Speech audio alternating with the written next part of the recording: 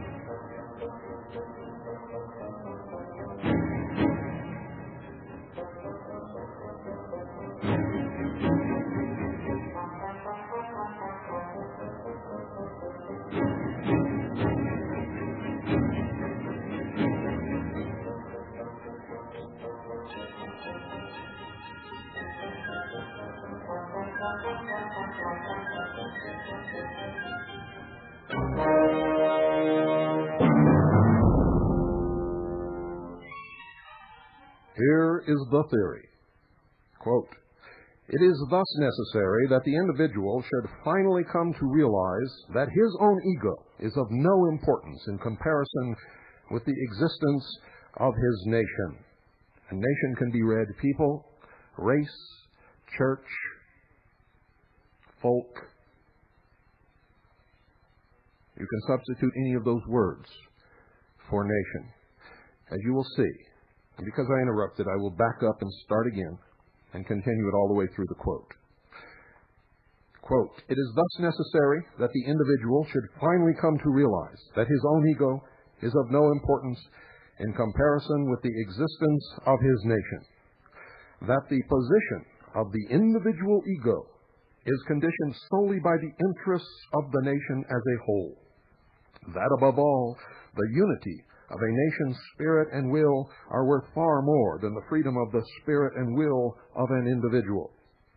The state of mind which subordinates the interest of the ego to the conservation of the community is really the first premise for every truly human culture. The basic attitude from which such activity arises we call, to distinguish it from egoism and selfishness, idealism. By this, we understand only the individual's capacity to make sacrifices for the community, for his fellow men. These statements were made in our century, ladies and gentlemen, by the leader of a major Western nation. His countrymen regarded his viewpoint as uncontroversial. His political program implemented it faithfully. The statements, dear listeners, were made by Adolf Hitler. He was explaining the moral philosophy of Nazism, which is, at its heart, nothing more or less than socialism. Just one step above communism. And, by all definitions, a couple of steps below a republic. That's measured on the scale of right to left, going from total control to total absence of control. The Nazis are on the left. You see, the Nazis were not a tribe of prehistoric savages. Their crimes, ladies and gentlemen, were the official legal acts and policies of modern Germany. An educated, industrialized, civilized Western European nation. A nation renowned throughout the world for the luster of its intellectual and cultural achievements. And by reason of its long line of famous artists and thinkers, Germany has been called, quote, the land of poets and philosophers, end quote. And make no mistake about it, their contribution to civilization has been great.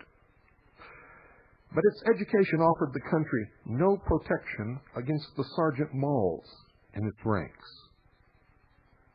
The German university students, you see, were among the earliest groups to back Hitler. The intellectuals, as they always are, were among his regime's most ardent supporters.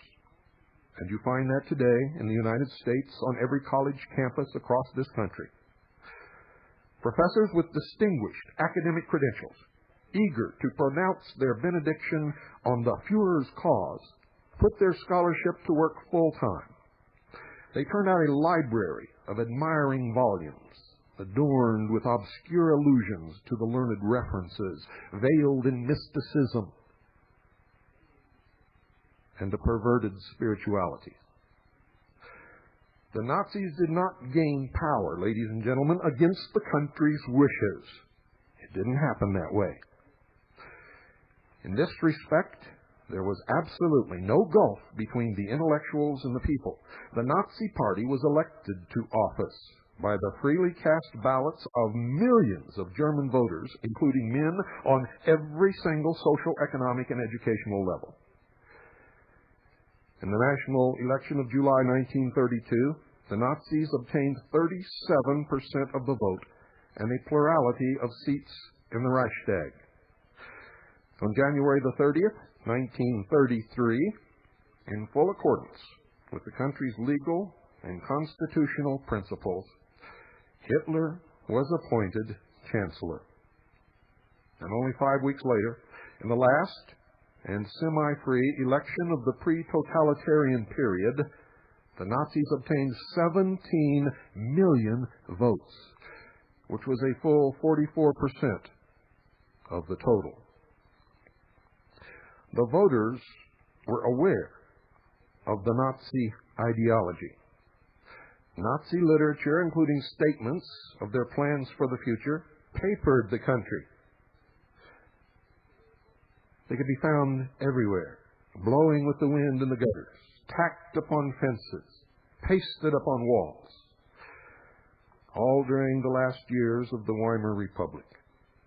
Mein Kampf alone sold more than 200,000 copies between 1925 and 1932. The essence of the political system, ladies and gentlemen, which Hitler intended to establish in Germany was very clear. There was no mystery to anyone. In 1933, when Hitler did establish the system that he had promised, he did not find it necessary to forbid foreign travel until World War II. And those Germans who wished to flee the country could do so with little, if any, problem. The overwhelming majority did not flee. They were satisfied to remain.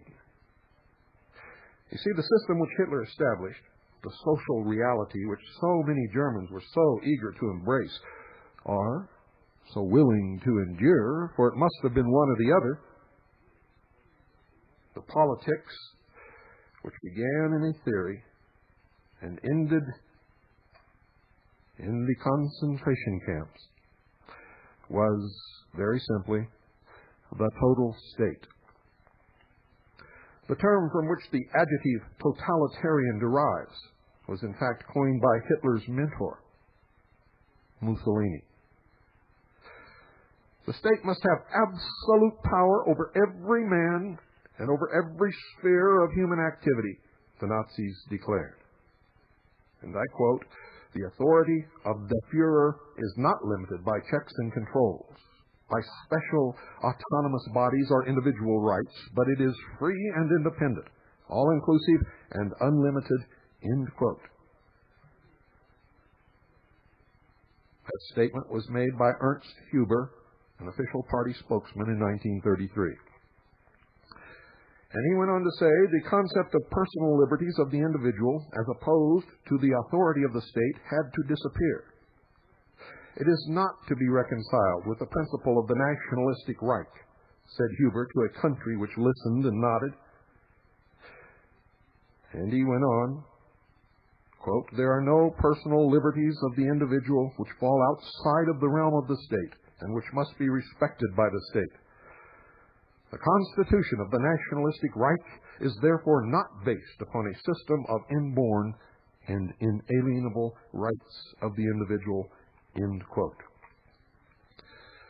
Now, folks, if the term statism designates a concentration of power in the state at the expense of individual liberty, then Nazism in politics was definitely a form of statism.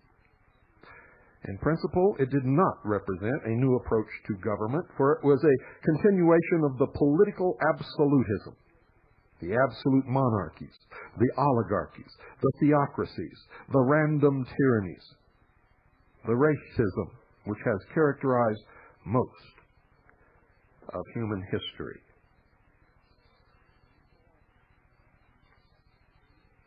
Now, many writers, dear listeners, have noted many similarities between America today and Germany before Hitler. And I have brought this to your attention on many occasions during the hour of the time. These same writers have then shrugged off their own observations. They've succumbed to the notion, spread by today's intellectuals who have bought into socialism hook, line, and sinker, that it is bad history to compare two different countries. And this notion itself, a symptom of our current crisis, means that there are no principles governing human action, and that it is bad history to learn from history. And that, I can assure you, we have never learned to do. For history goes in cycles and repeats itself over and over and over again throughout the ages.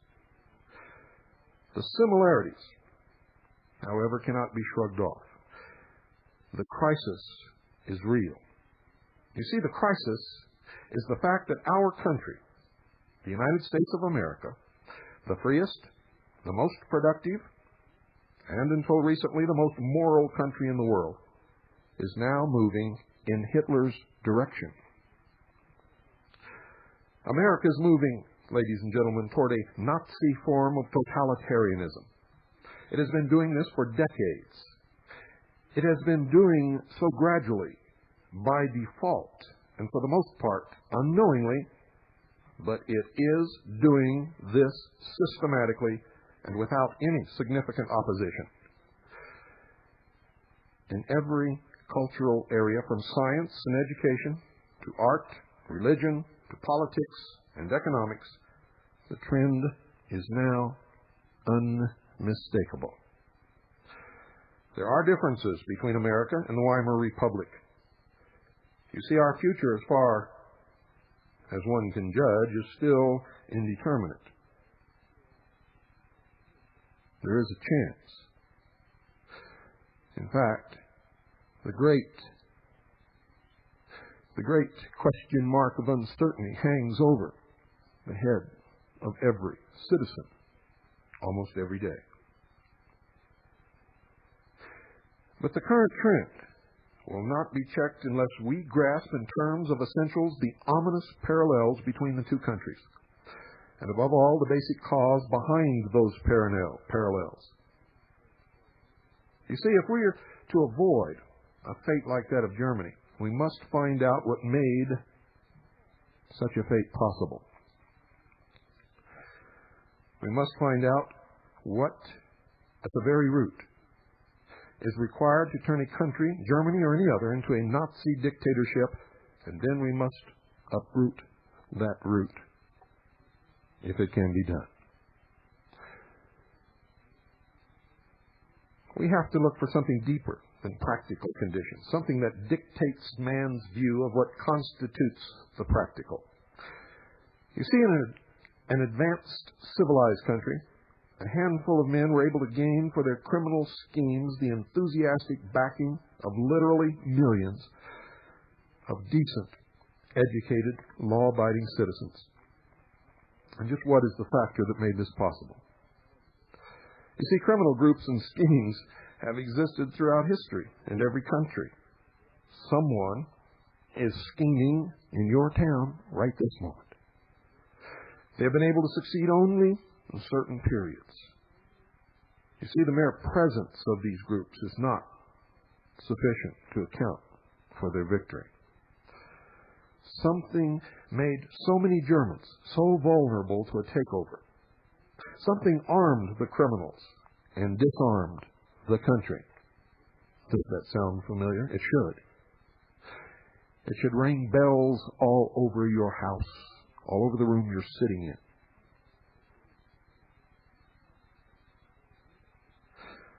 Observe in this connection that the Nazis correctly regarded the power of propaganda as an indispensable tool.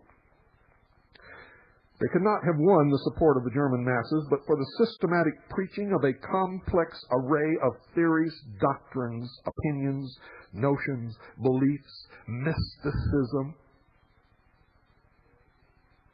And not one of their central beliefs was ever original, as are none of those being bandied about today original. They found those beliefs widespread and waiting in the culture, and they seized upon them and broadcast them at top volume, thrusting them with an intensity back into the streets of Germany. And the men in the streets heard and recognized and sympathized with this propaganda, and they embraced those beliefs, and then they voted for their exponents. The Germans, ladies and gentlemen, would not have recognized or embraced those beliefs in the 19th century when the West was still being influenced by the remnants of the Age of Reason and the Enlightenment, when the doctrines of the rights of man and the autonomy of the individual were paramount. But by the 20th century, such doctrines and the convictions on which they depended were no longer paramount. Germany was ideologically ripe for Hitler, just as the United States of America is ripe for whatever Messiah has the charisma and the political savvy to step up on the throne. The intellectual groundwork had been prepared. The country's ideas, a certain special category of ideas, were ready, born deep within the mysteries. There's a science whose subject matter is that category of ideas. And today in our colleges, this science has sunk to the lowest point in its history. Its teachers have declared that it has no questions to ask, no method to follow, and no answers to offer. And as a result, it is disappearing. It's losing its identity, its intelligibility, its students, and the last vestiges of its once noble reputation. It is the science of asking questions, something that I have tried to instill in each and every one of you every single night of this broadcast for the last 2 3/4 years. No one among the intellectuals of today or the general public would even suspect any longer that this science could be relevant to human life or action. Yet it is practiced amongst an elite group behind the closed doors of the lodges of the mysteries. And this science, ladies and gentlemen, and make no mistake about it, this science determines the destiny of nations and the course of history. It is the source of a nation's frame of reference and code of values, the root of a people's character and culture, the fundamental cause shaping men's choices and decisions in every single crucial area of their lives. It is the science which directs men to embrace this world or to seek out some other that is said to transcend it, which directs them to reason or superstition, to the pursuit of happiness or self-sacrifice, to production or starvation, to freedom or to slavery, to life or even to death. It is the science, ladies and gentlemen, which made the difference between the East and the West, between the Middle Ages and the Renaissance, between the founding fathers of the new continent and the Adolf Hitlers of the old. It is the science which had to be destroyed if the catastrophes of our time were to become possible. And that science is philosophy. Philosophy is the study of the nature of existence, of knowledge, and of values. And values translates into ethics and morals. The branch of philosophy that studies existence is metaphysics.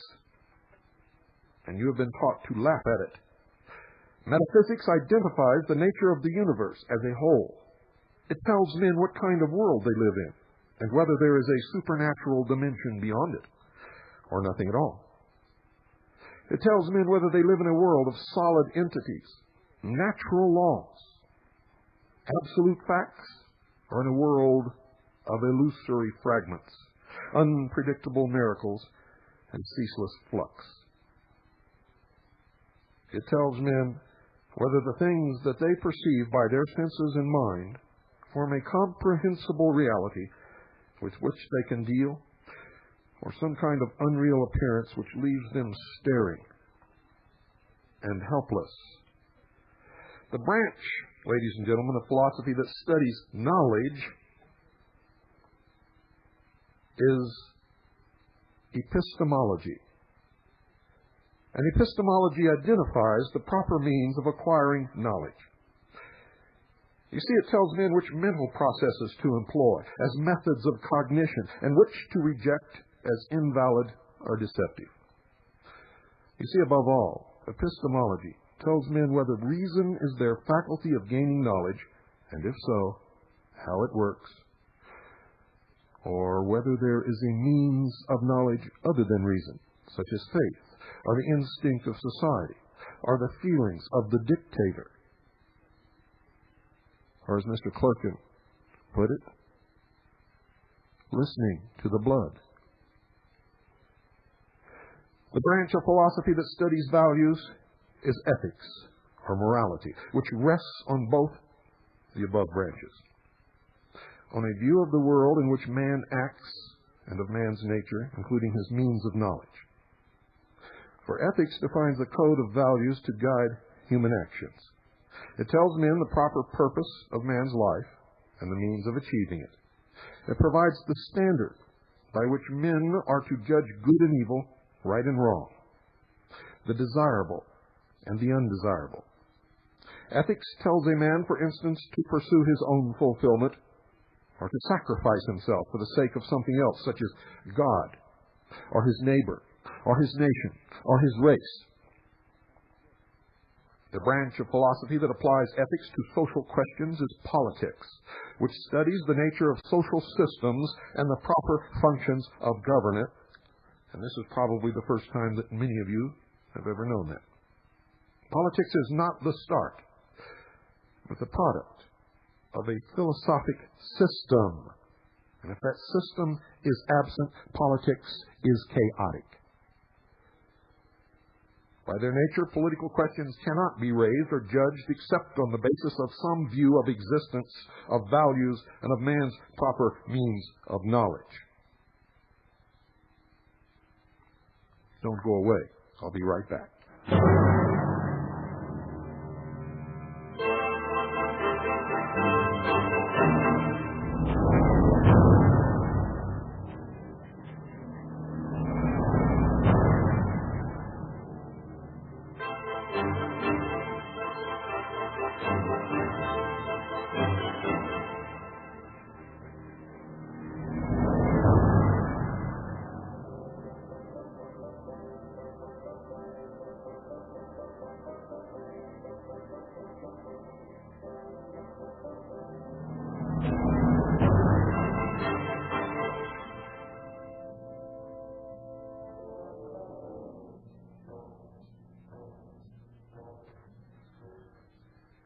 Ladies and gentlemen, the hour of the time is brought to you by Swiss.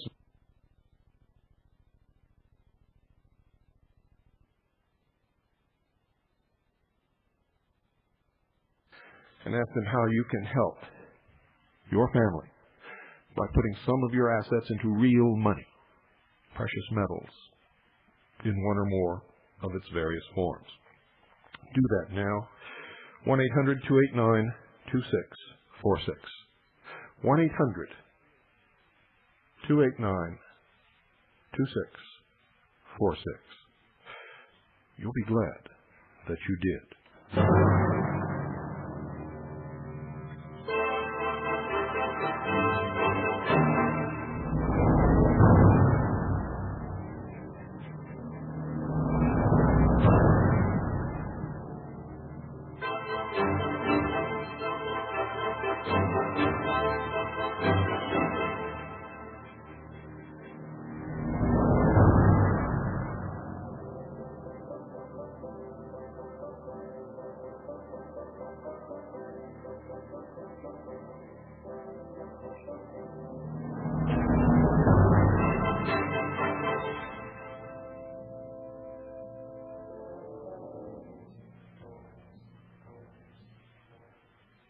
Since men cannot live or act without some kind of basic guidance, the issues of philosophy in some form necessarily affect every man and every social group and class.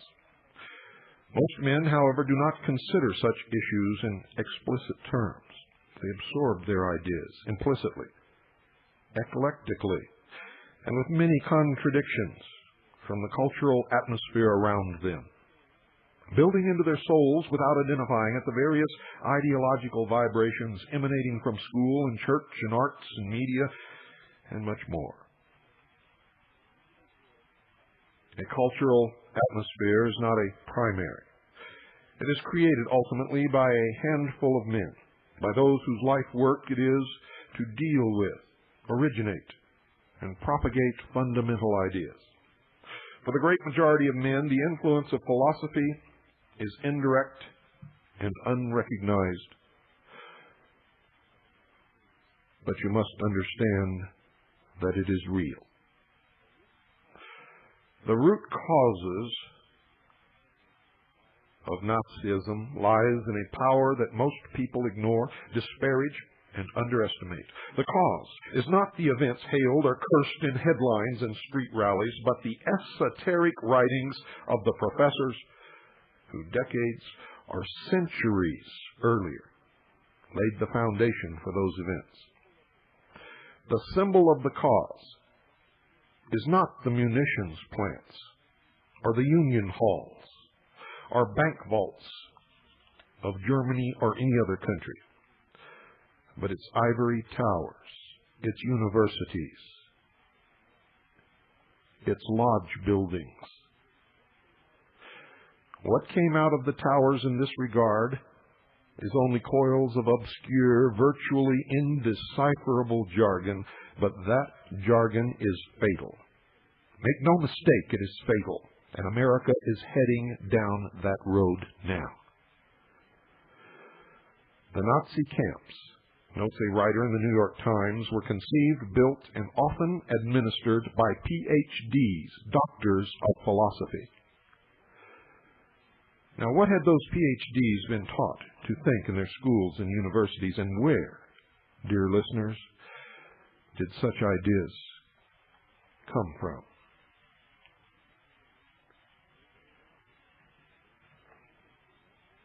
It took centuries, literally centuries, and a brain-stopping chain of falsehoods to bring an entire people to the state of Hitler worship. For that's exactly what it was. Modern German culture, including its Nazi climax, is the result of a complex development in the history of philosophy involving dozens of figures stretching back to the beginnings of Western thought.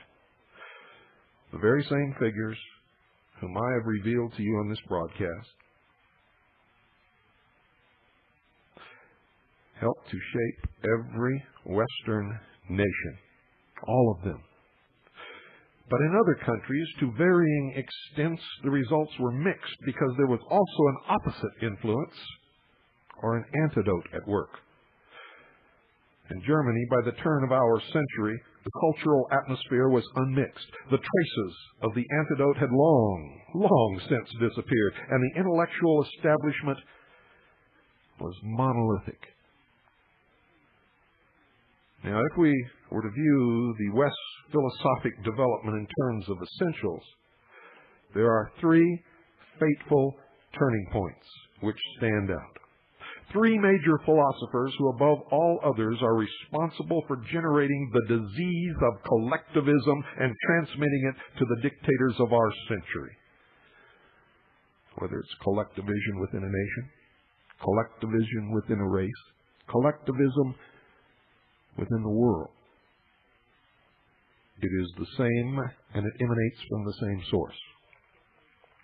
Whether you call it socialism, communism, or hippieism,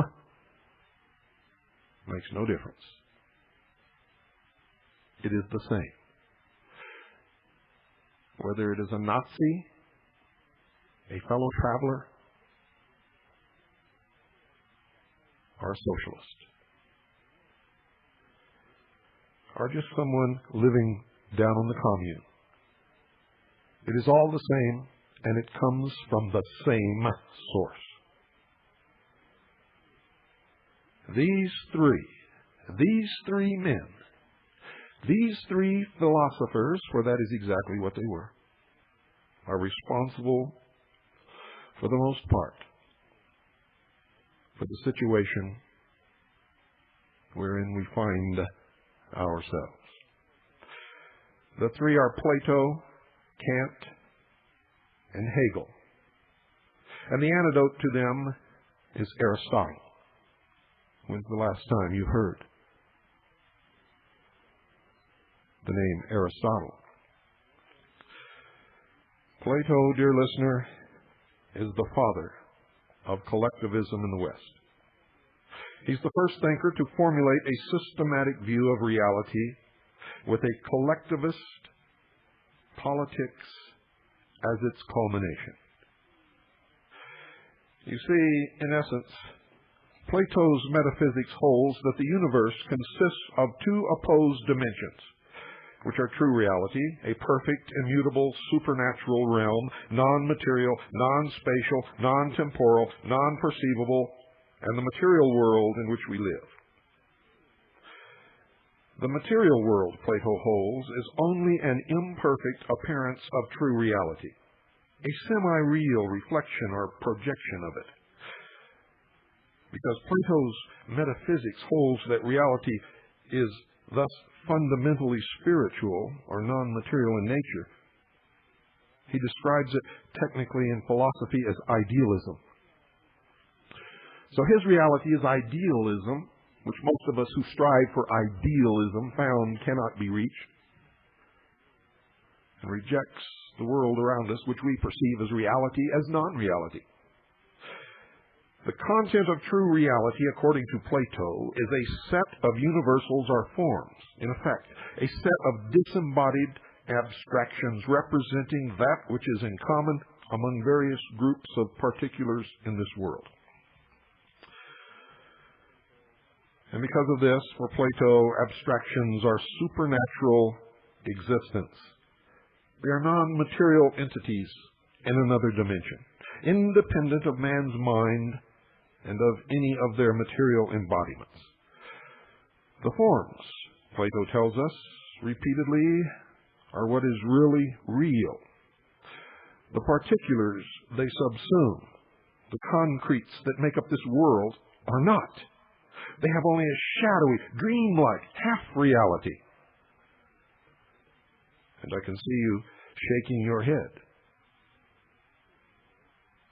This can't be true, you say. No one would pay any attention to this gobbledygook, but I can assure you they do. It is the heart and soul of the religion taught in the Freemasonic lodges. And if you've listened to our series on the mysteries, you already know that. momentous conclusions about man are implicit in this metaphysics, and were later made explicit by a long line of Platonists. Since individual men are merely particular instances of the universal man, they are not ultimately real. What is real about men is only the form which they share in common and reflect. To common sense, there appear to be many separate individual men, each independent of the others, each fully real in his own right. But to Platonism, this is a deception, you see. All the seemingly individual men are really the same one form in various reflections or manifestations of itself. Thus, all men ultimately comprise one unity, and no earthly man is an autonomous entity, just as if a man were reflected in a multifaceted mirror, the many reflections would not be autonomous entities, and the whole is God. Thus the concept that man, if he perfects himself through the teachings of the mysteries behind the lodge doors, will himself become God. This is the promise of Lucifer, of Satan in the Garden of Eden. But remember, to these men, that is only a metaphor, a tale explaining the inexplainable. Now, what follows in regard to human action, according to Plato, is a life of self-sacrificial service. When men gather in society, says Plato, the unit of reality and the standard of value is the community as a whole. Whatever community you belong to, whether it is a racial community, a community within a nation, the world as community, as is being touted now in the universities, the environment as your community, a religious organization, makes no difference. This applies in any case where a community exists and where the life is considered to be a self-sacrificial service to that community.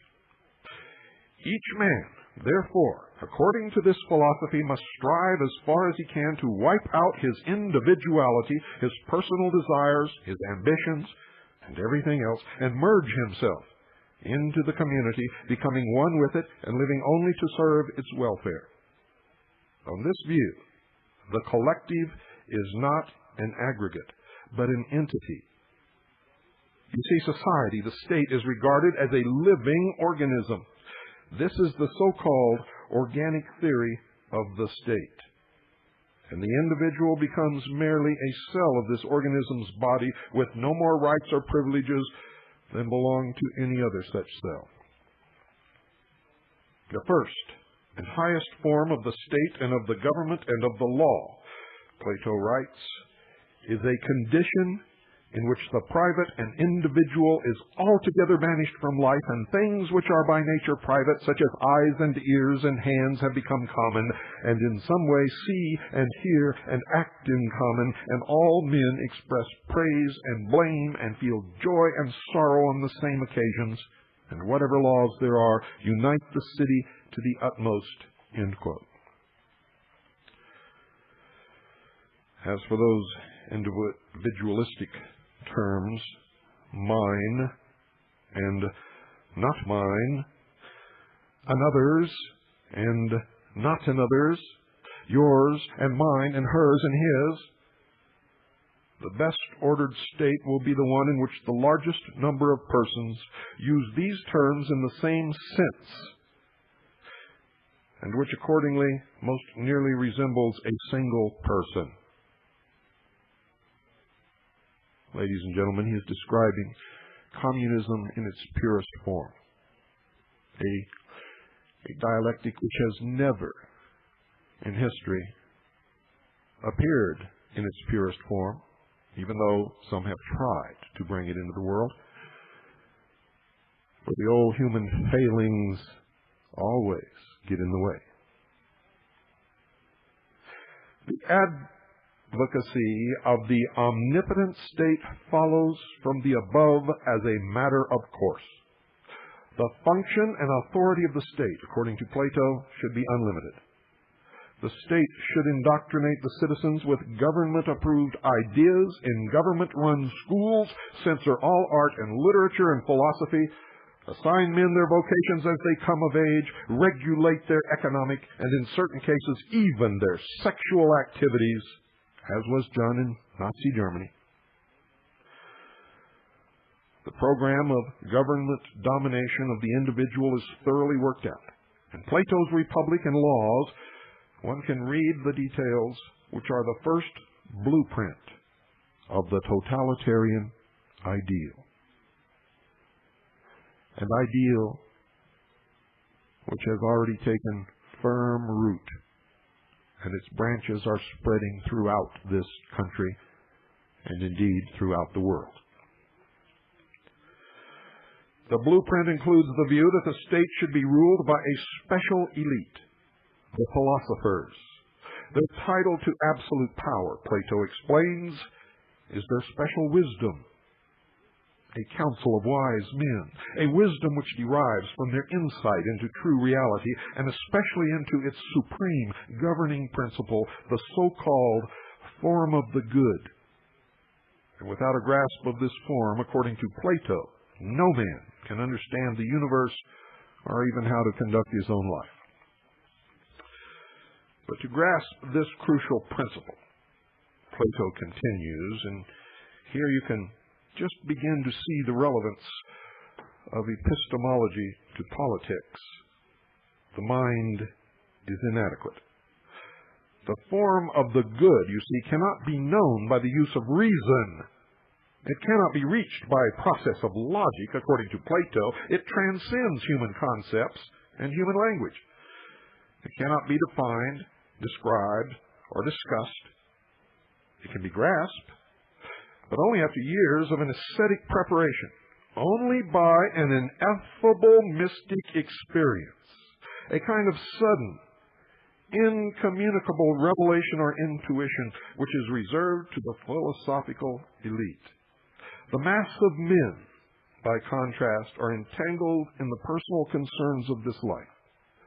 Sheeple, if you will. They're enslaved to the lower world revealed to them by their senses. They only work because they need money to buy some booze, to have a party, and get laid.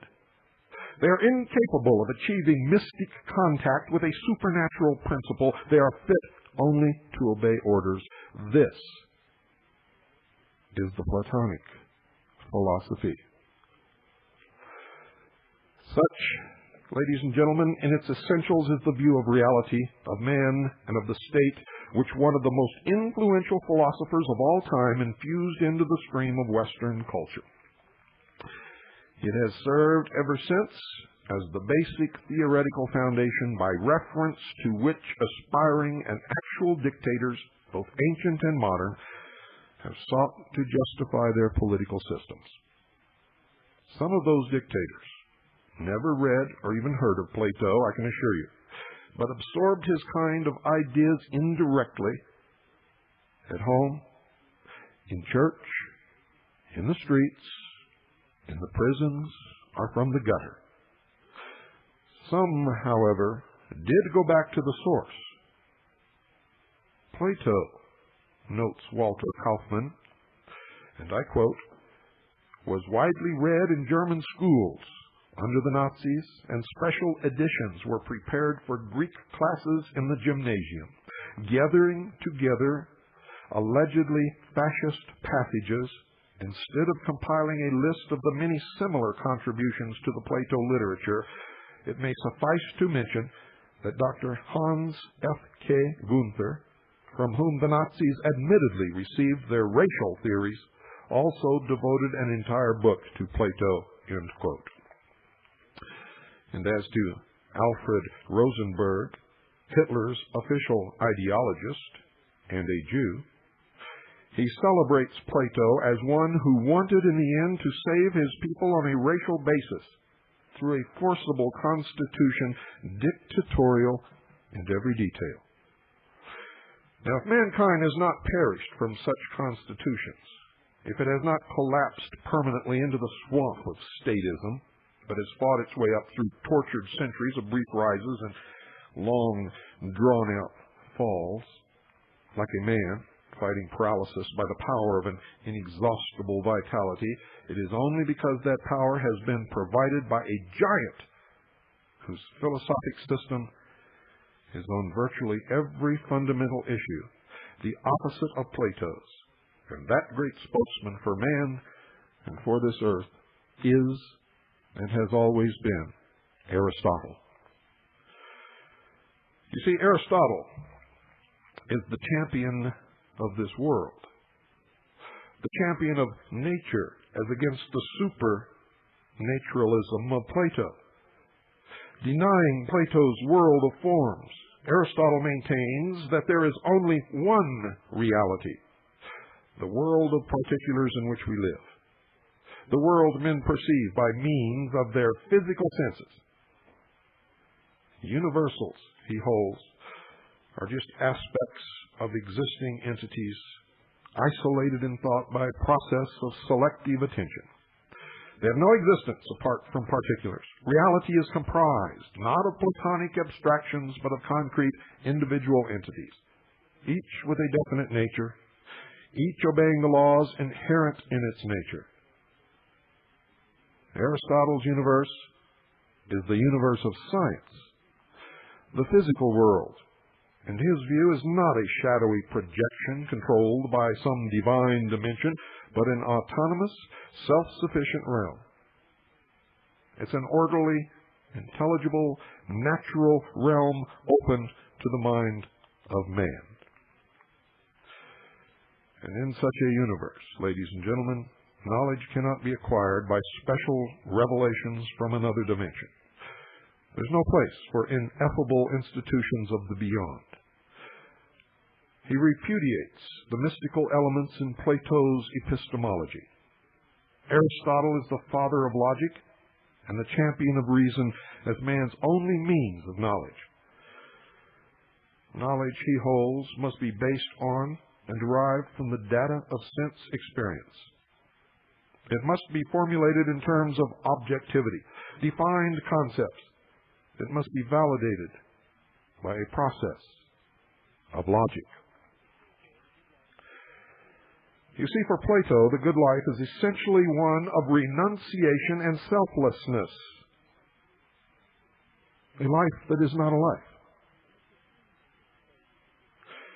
Man should flee from the pleasures of this world in the name of fidelity to a higher dimension, just as he should negate his own individuality in the name of union with the collective. And in that kind of a world, liberty does not exist. There are no creator-endowed rights for man, nor protection of those rights. But for Aristotle, the good life is one of personal self-fulfillment. Man should enjoy the values of this world. He should use his mind to the fullest. Each man should work to achieve his own happiness here on earth. And in the process, he should be conscious of his own value. Pride, writes Aristotle, a national pride, I should say a rational pride, in oneself and in one's moral character is, when it is earned, the crown of the virtues.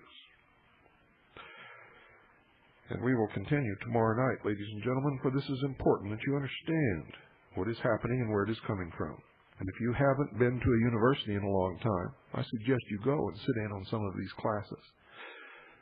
You will hear what I have relayed to you tonight being taught to your children over and over and over again in almost every classroom that they inhabit.